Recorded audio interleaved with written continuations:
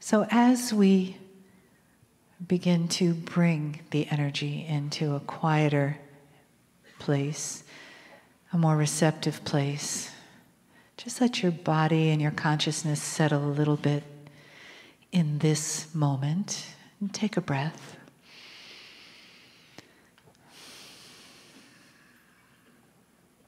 And know that there is nothing for you to do, just to be right here with us,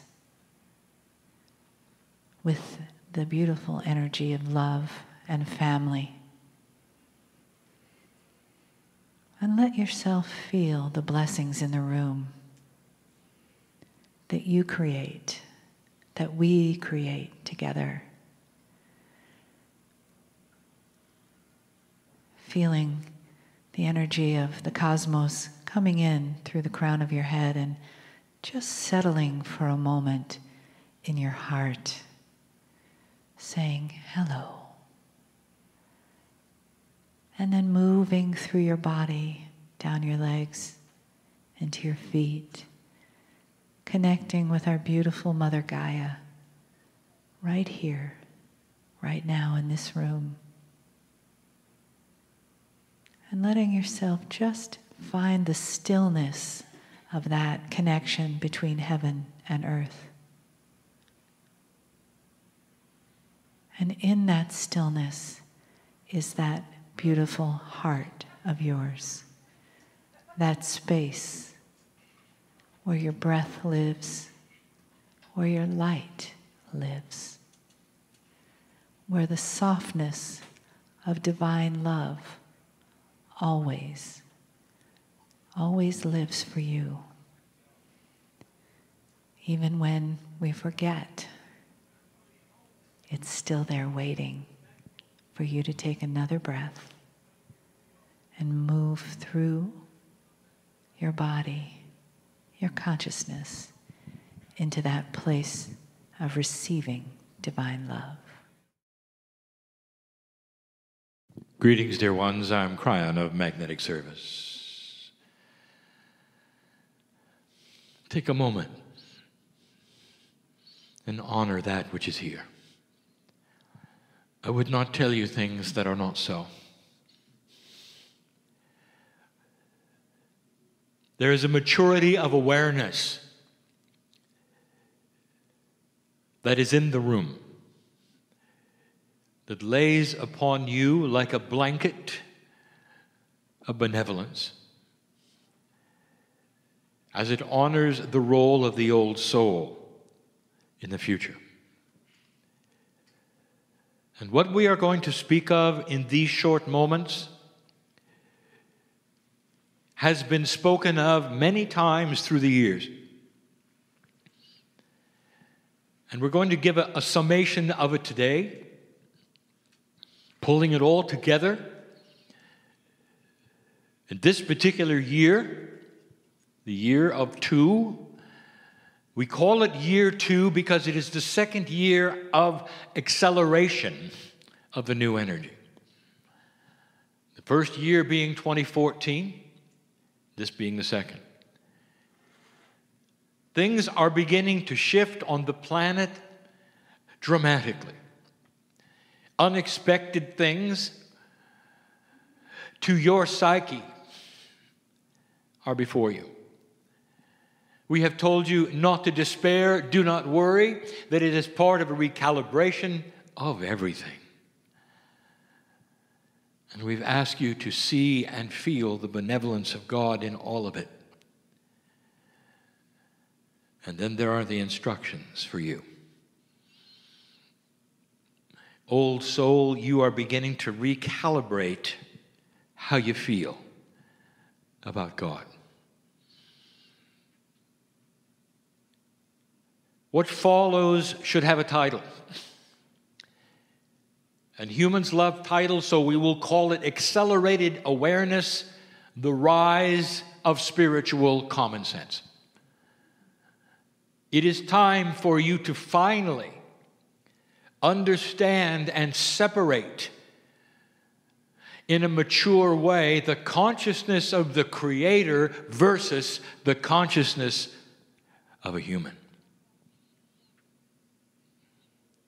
Many years ago,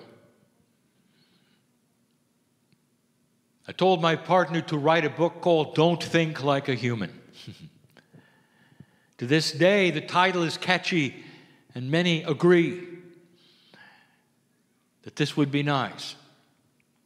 Now, it's a prerequisite. And we're going to give you a number of attributes. I'll even call them items that are things to work on and understand and to realize that are involved in everyday life, and you will relate to these things because they are how humanity has worked with God in the past. We've given you channels through the years that told you not to take the consciousness of humans and place it upon God. And this is another one of them. Only this one is maybe perhaps a wrap-up in the reality of what follows in your lives for you to take this information seriously. Pass it around.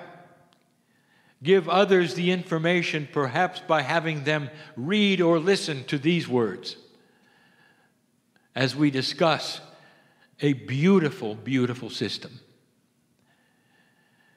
Dear ones, how do you perceive God? In an old energy, that is to say, the energy that humans have always been in up to this point, there has been perhaps a bias. And the bias is that you think of God as a parent figure. You even name some of your religious leaders Father. And the paradigm of parenting, therefore, is what you would then apply to the Creator of the universe. It's the best you had. It's honoring in your mind. But dear ones, in the parenting and humans to children, you have also applied all of the other human attributes that parents would have, that fathers would have. And they would be a list that is endless. And they would all be human emotion. Anger. Punishment, control, do as you're told, authority, on and on. You have the idea that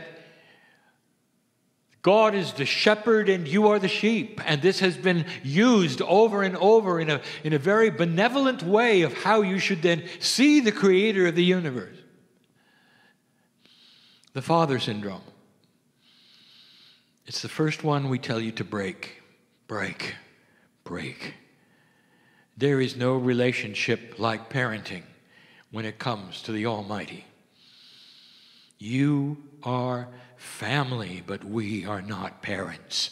We are the family with you. We are your best friend, your brother, and your sister. We are spiritual lovers of humanity.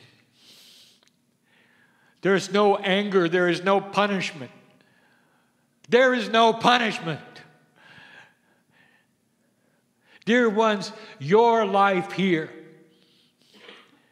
is by your agreement with the Creator in order for a test of energy, and that is all it is. You're not in a scenario of good and bad punishment.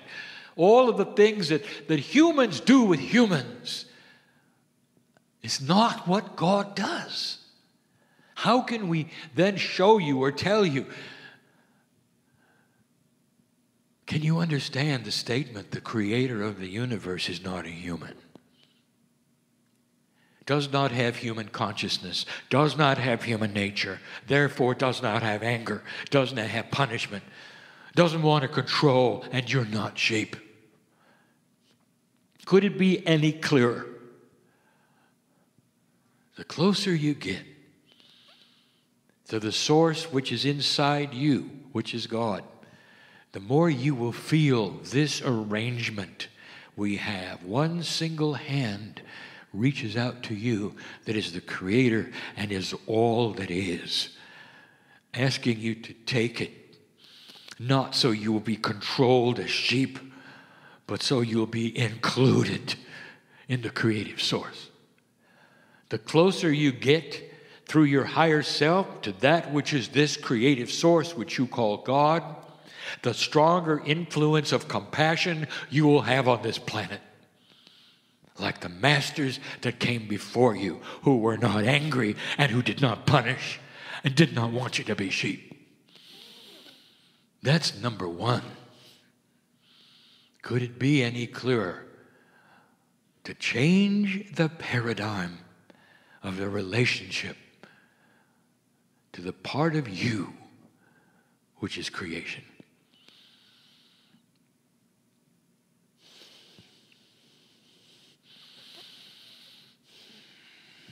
We're looking at all of these things closely.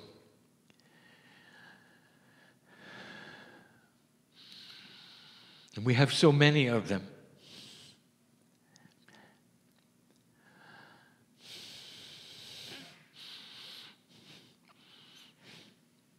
There are those in this room who wanted to hear this, who've been climbing steps all their life in order to satisfy something they believe that Spirit wants, who have suffered enough. I want to just hear these few things that you should know.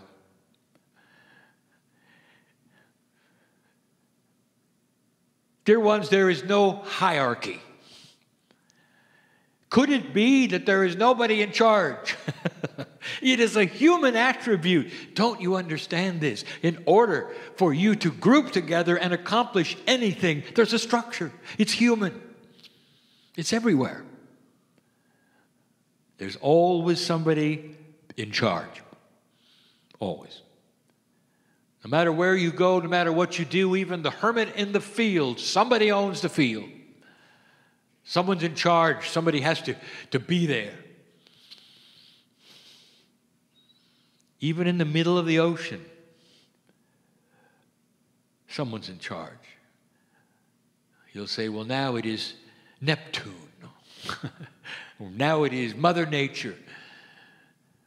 There's always a force above you. And you apply that situation, a hierarchy, to God. You have created that which is hierarchical even in the angels. You have master angels. You have ones that are in charge of others. You've got books filled of who answers to whom. And they don't. And they don't. You see, the structure of spirit, of what you call God, is different than you imagine. There is one consciousness that is in charge. And one consciousness is also the family. It is hard to describe to you a multidimensional aspect that you do not have. Imagine for a moment there was a consciousness that everyone had, and you were all in charge. If you had that, then there would be no followers. There would be no less than. You'd all know what to do instantly and would do it in complementary fashion with the others because you were all in charge. You saw what had to be done. You would then have the solutions all together as one. That is the mind of God. The angelic beings are not in a hierarchy. You say there is Archangel Michael. Michael would be the first to tell you there isn't. But honors the fact that you would see there was in order to facilitate yourselves and be comfortable in 3D. Do you see? It is time to get out of the fallacies of an old energy where you apply all human nature to God. Number 3, you always have to pay something to get something. You have applied this to absolutely everything in your life. Even physics sees a certain way of the way things work in 3-dimensional, where there's no such thing as free energy. It simply changes its form. You've got to pay the price in order to move from A to B. There has to be a transition. Even in physics, energy must move this way in order for you to get this. There is a payment plan for everything. And you applied that to God. Oh, did you? So here comes the creating force of the universe. And the first thing you're going to ask is, what do I have to do? If you give up your energy, if you're going to count some beads, if you're going to do something, it's going to be to pay Spirit so that you can exist as good in the eyes of God. Let me tell you something. You are born magnificent and perfect and always are. Always are. There is nothing you can do that will diminish you in the eyes of the Creator. Oh, you may disappoint yourself. You may disappoint society. You are here for a reason, and the test is here. You may make some funny decisions that other humans don't like, and God loves you the same. Did you hear that? And when you die and transfer energy for a moment to my side of the veil before you return, when you do, there's a party that celebrates that which you did, called living life on the planet and being part of the puzzle.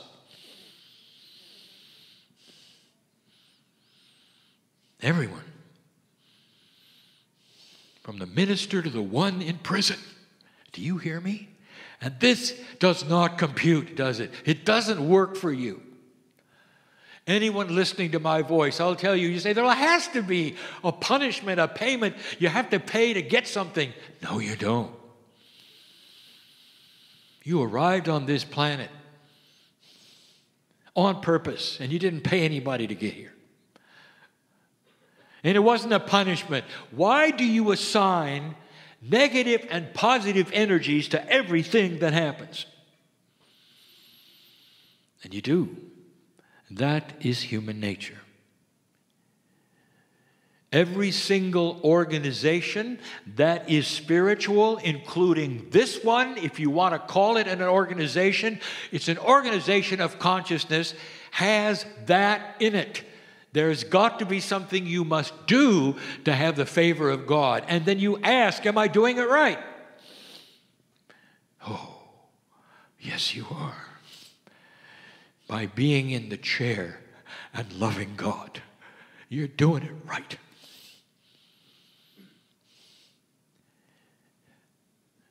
There are certain societies where human beings act like children who are spiritual and they don't know any better. And it still goes on. Charlatans who know far, far better will tell you that for a certain price they can forgive your sins or propel you in heaven or even affect your ancestors, and you hand over the money. This is still on today. Dear old soul, break this paradigm in any way you can. When anybody talks to you about reward and punishment and payment, when it comes to the Almighty, you tell them you're part of the family and you're all paid up, all right? There are those, so many, who besiege God right now, right this moment, in prayer, bending over and saying, how can we get clean in the eyes of God? And they don't know that they were never dirty. Who told them they were dirty? And why would they? Break the paradigm. Born magnificent, family and clean forever. Your timing, number 4, is not God's timing. And yet you make it that way. It's a habit that way. My partner even gave a full lecture series and recorded a video about it because it is so prevalent among you. Somebody has to hear this. You came today to hear this. When you get a strong intuition about something that may be in your future, you take it and you hold it to yourself and you thank God for finally giving you some instructions on what to do. You're going to go over here, you're going to start a school, you're going to write a book. You're going to do this, you're going to do that. And then you do it. And it doesn't work. It doesn't work spectacularly. It fails. Use the word. And then what do? You do the human thing. You say, what did I do wrong? How did I displease God? All of those things are simply running in circles of human nature and not having any idea about how the Creator works. If any of you at any time get a message about something that is coming or an inkling or a feeling, I want you to promise me you'll have common sense that is spiritual and see it for what it is. What it is a potential that may very well happen, and the synchronicity will be created when it's time and not on your clock. I want to show you why you do what you do, and we've discussed this before. All of human nature has the authority figure asking you to do something or telling you to do something, and you doing it immediately. When your father said, clean up your room, when were you supposed to do it? When your boss tells you they want something, when were you supposed to do it? And the answer is always now. So Spirit gives you intuition about something that's going to happen, something that's in the works, or for you, something you're supposed to do, and you instantly knee-jerk it into reality now. And it fails. Promise me that you will have the wherewithal and the maturity to say, thank you, God, for this information. It's beautiful. And I will wait patiently for the synchronicity that will begin to realize and fulfill this. For I am family and I understand the principles of synchronicity and the timing of Spirit. I want you to see it in the bigger picture. These things that you are working on are potentials. You may be shown something far before someone else who will be part of it is shown. You're going to have to wait for them. For things to come together in a synchronicity, in a society of free choice, they also may change. They may morph into something else, and you will be given that. And yet there are humans that are angry at God because they didn't get number 1, they got number 2. And when you ask them, well, number 2 was better, and you say, yes, but number 1 is what he told me. What did I do wrong? Not understanding. God does not have a list for you. These are energies of potential and the timing of Spirit, not on your clock. Promise me that you won't launch out just because you got the message or the inkling, but that you will wait in a mature fashion for the timing of Spirit and know it when you see it and be comfortable with it. Old soul, mature common sense should prevail. Number 5, the last one. Purpose. How many sales meetings have you attended? And they all tell you the same thing. In order to have something happen, you have to have a goal. It would be helpful to paste things magnetically on the refrigerator to remind you. Maybe you should go to meetings where other people have the same goals and reiterate them. None of that is what God has. None of that. And we said it before.